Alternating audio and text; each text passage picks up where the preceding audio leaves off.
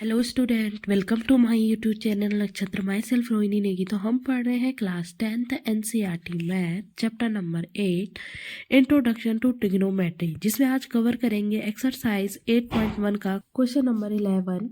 State whether the following true and false, justify your answer. आपको पता लगाना है कि नीचे जो स्टेटमेंट गिवन है वो ट्रू है या फॉल्स, और उनको जस्टिफाई करके आंसर लिखना है। सो फर्स्ट है इसमें, the value of 10a is always less than when, कि 10a की वैल्यू हमेशा 1 से छोटी होती है। ये हमने क्वेश्चन नंबर 10 में 10a की वैल्यू निकाली थी, 10p की वैल्यू, तो वो कितनी आई थी 12/5, यानी कि 10a का जो रेशियो होता है हमारे पास वो होता है परपेंडिकुलर अपॉन बेस। और यहाँ पे परपेंडिकुलर कितना है 12 और बेस कितना है 5। अगर इसे सॉल्व किया जाएगा तो कितना आएगा आंसर 5 2 जा 10 एंड 5 4 जा 20, यानी कि 2.4। सो क्या ये 2.4 1 से छोटा है? नहीं है ना। इट मीन्स कि जो ये स्टेटमेंट वो ऑलवेज ट्रू नहीं है। ठीक है, so the statement are false for this above condition. जो भी हमने यहाँ ऊपर में ही कंडीशन बताई है उस क्या हुआ है 10a ग्रेटर देन है 1 से।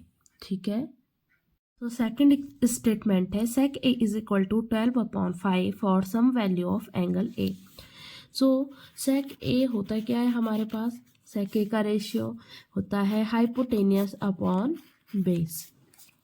ठीक है, तो यहाँ पे हाइपोटेनस है 12 और बेस है 5। सो अगर ये 90 डिग्री है तो यहाँ पे ये हमारे पास हाइपोटेनस और बी ए हमारे पास क्या हो जाएगा 5। ठीक है, तो अब हम पाइथागोरस से बी सी को निकाल लेंगे। तो बाय पाइथागोरस पेंडिकुलर का square is equal to hypotenuse square minus base का स्क्वायर।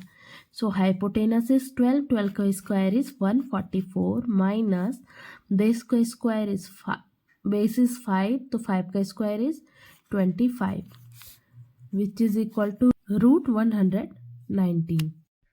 देखो यहाँ पे हमारे पास जो परपेंडिकुलर है वो कितना है 119, यानी कि 10 पॉइंट समथिंग आया है। ठीक है, ये मान के चल लूँ तो हमारा जो परपेंडिकुलर है और जो बेस है ये दोनों क्या है हमारे हाइपोटेनस से छोटे हैं, स्मॉल है। ठीक है ना, राइट एंगल ट्रायंगल में याद रखना जो हाइपोटेनस है वो सबसे बड़ी साइड होती है।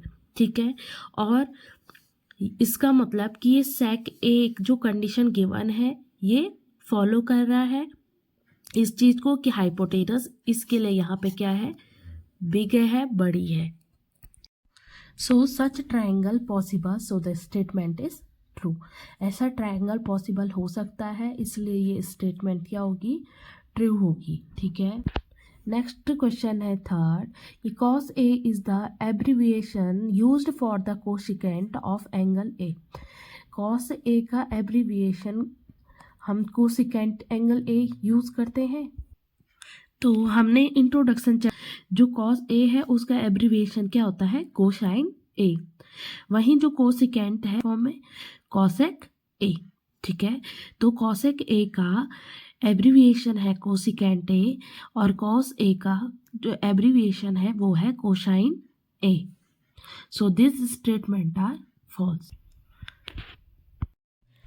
नेक्स्ट है कि cot a is the product of cot and a, कि जो cot a है इसको हम बोलते हैं कि cot a मल्टीप्लाई है a से।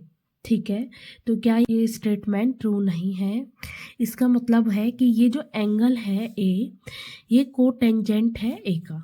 ठीक है, so cot a is not product of cot and a, it is the cotangent of angle a।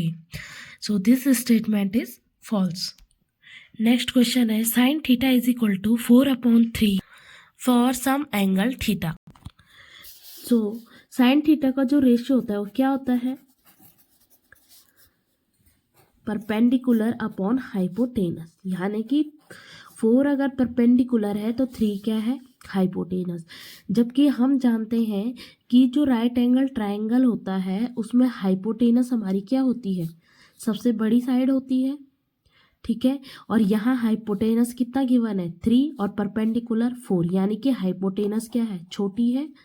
So this statement are not true.